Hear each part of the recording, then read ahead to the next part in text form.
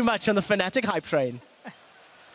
Well, thank you very much, Trevor. Yeah, 3-0 for Fnatic, 3-0 for Fnatic, 3-0 for Fnatic. Definitely not Origen dismantling them in that first game. I've never been so happy to be wrong. Yeah. Because that was awesome to watch from Origen's point of view. They made a lot of changes coming into this game when it came to how they played the game, their picks and bans. That was growth from Origen rather than Fnatic just giving a game away. I'm actually so super happy because we could have potentially a 5-game final on our hands. I feel when it comes to the pick and ban, I feel like Fnatic kind of set themselves up to be very, very weak against the poke composition. Victor is a champion that has like okay matchups against everything, but the virus does fine against it. And there was a lack of engage, and you had to do something very, very beautiful to create anything that Yellowstar did in the middle of the game. But I think the pick and ban was the biggest like fault that Fnatic did in this game.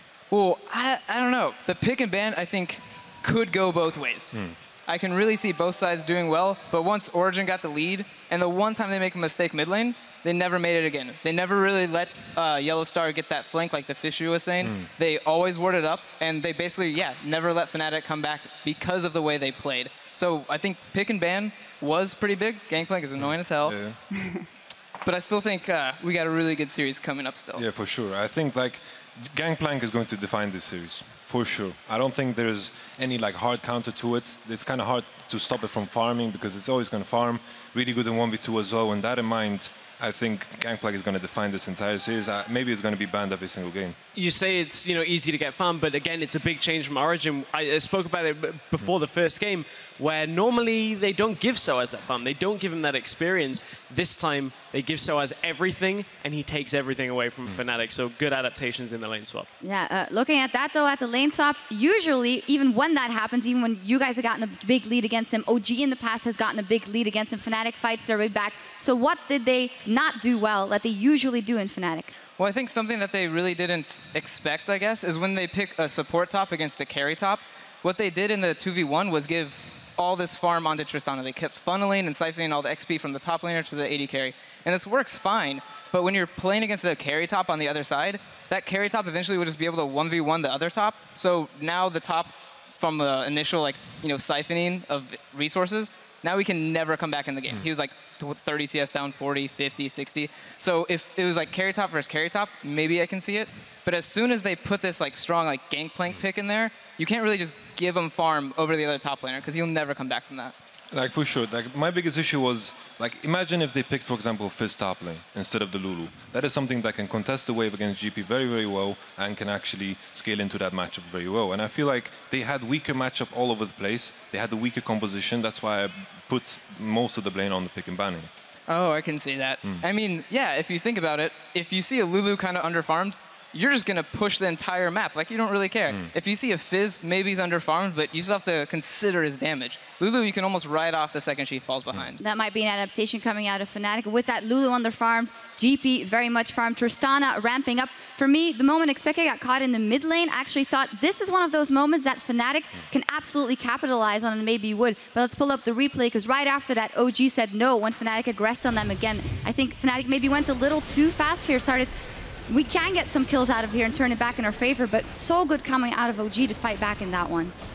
It's like I've been giving Expeke a lot of flack, but look at his position. He's firing so many Qs all over the place. Everyone's just dropping on Fnatic.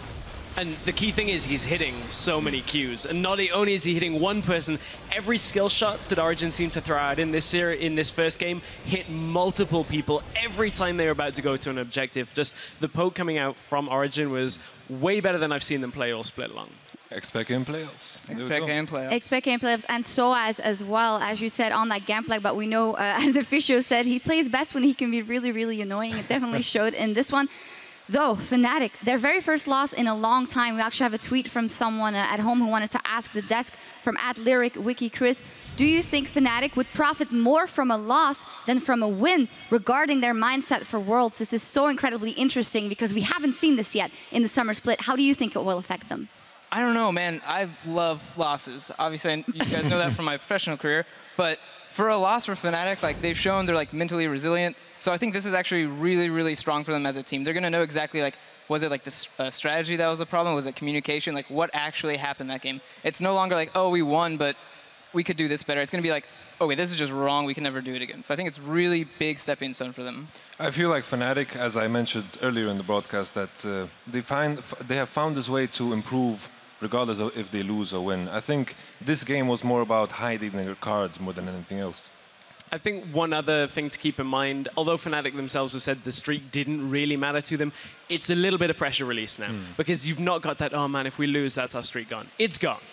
No more chance to stay undefeated, so maybe we'll see them relax a touch. I still think, though, the pressure is on with that spot at Worlds. Yeah, the pressure is on also for Reckless, who's playing here on his home turf. He probably will feel like he didn't put his stamp on that first game, so he'll be looking to fight back. We need to step away as the teams regroup for Game 2 of the Summer Finals. And as we go, Reckless tells us how there's no room for error in this decisive series against Origen.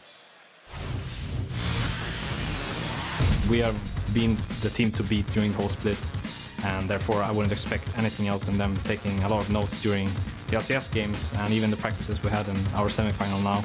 It's not going to be as easy or as solid as we've had it before. I think a lot of the weaknesses we have showcased that hadn't been enough punished is going to be punished against Origen.